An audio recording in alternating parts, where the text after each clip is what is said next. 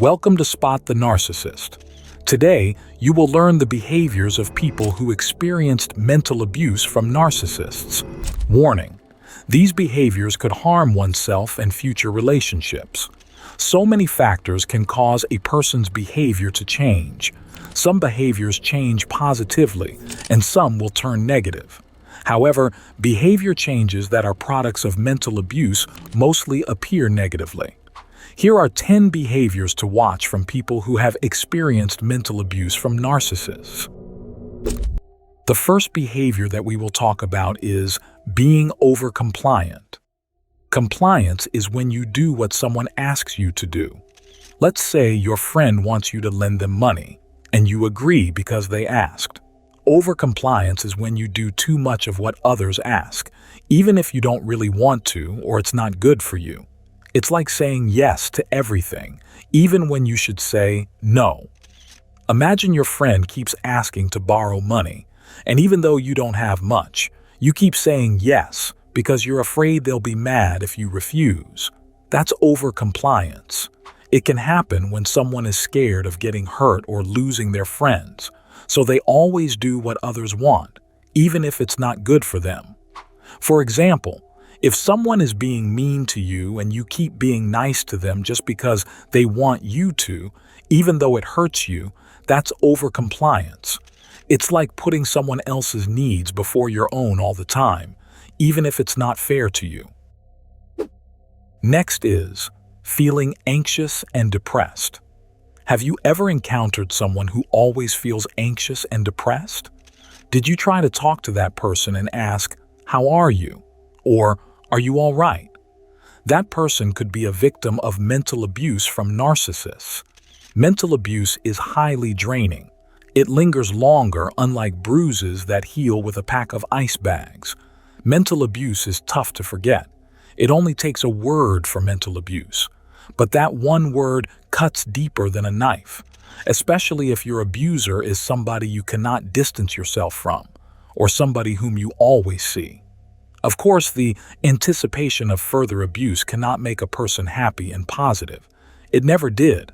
Rather, it makes you behave depressingly and anxiously, wherein you just wanted everything to end. It keeps you questioning, what's next? Or what else? If you ever feel this way, consult a professional for help. The third behavior is having no self-control. What does it mean to have zero self-control? Let me explain to you in detail. The mind is the central control of every human being.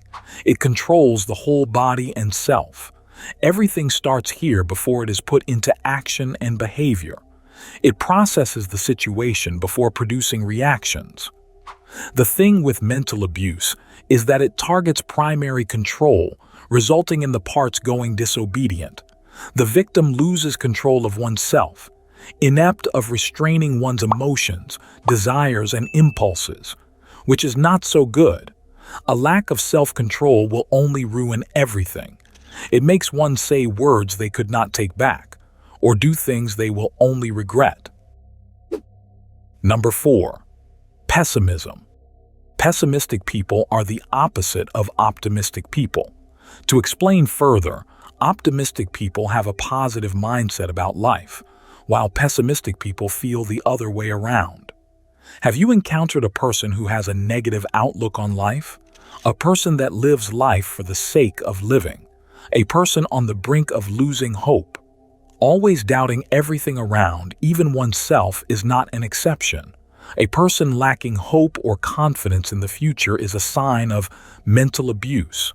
Their views of either the past, the present, or the future are inclined to the negative side, believing that the worst of the worst is what lies forward, backward, or as is. They become suspicious when they are treated well, thinking that such treatment is done to give way to future ill intentions.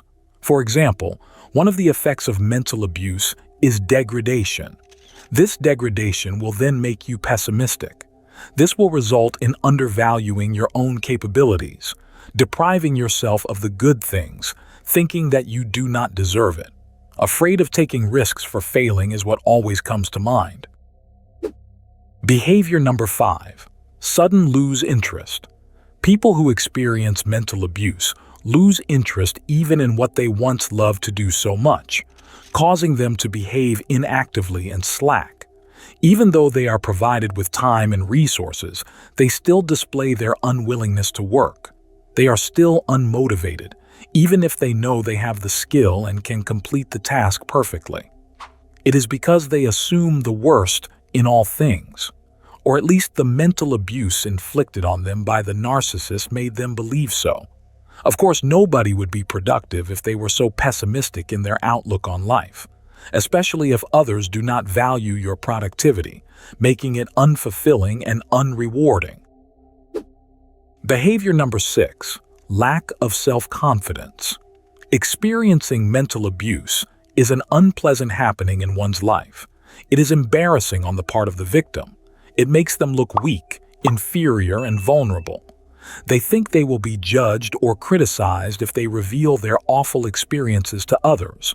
Nobody would want to appear that way. In contrast, however, victims always end up looking weak, inferior, and vulnerable, no matter how much they avoid appearing this way. This is because abusers tend to repetitively attack their minds, telling them that they are so and so. Repetitively hearing these mentally torturous remarks will, of course, attach to their inner core. This will result in broken self-confidence. The next behavior is being too reckless. Psychology says reckless behavior is complete carelessness that leads to the inability to take care of one's own needs as well as the needs of others. Mental abuse makes a victim impulsive and reckless in their decisions.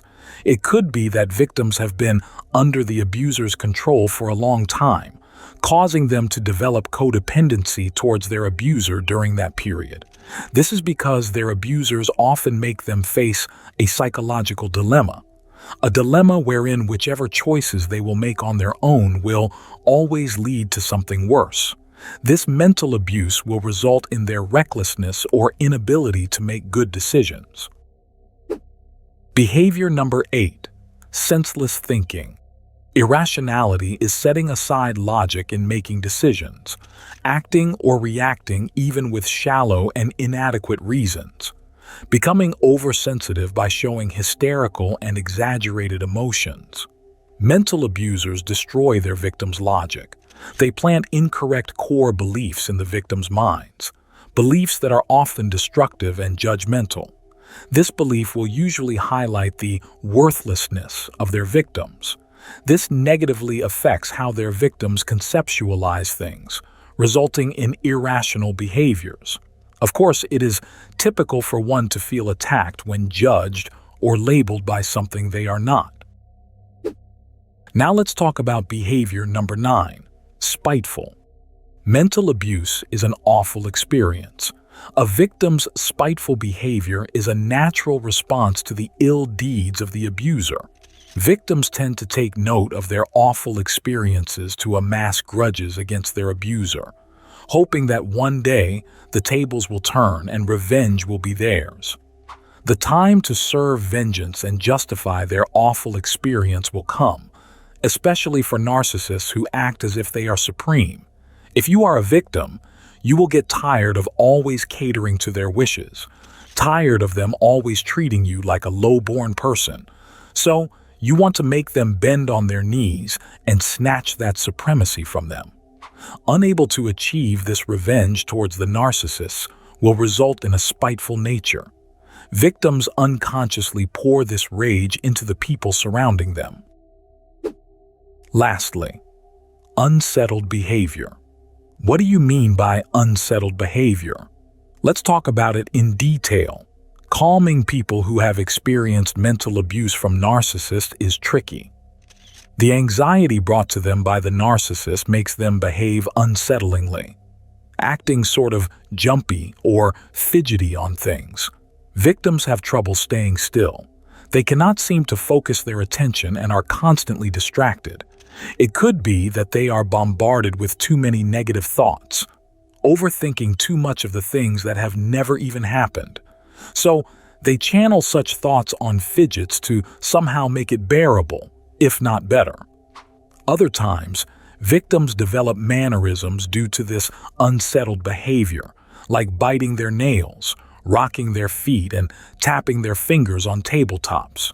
There might be people you know that had dealt with or have been currently dealing with mental abuse from narcissists. Behavioral change is a typical response to mental abuse.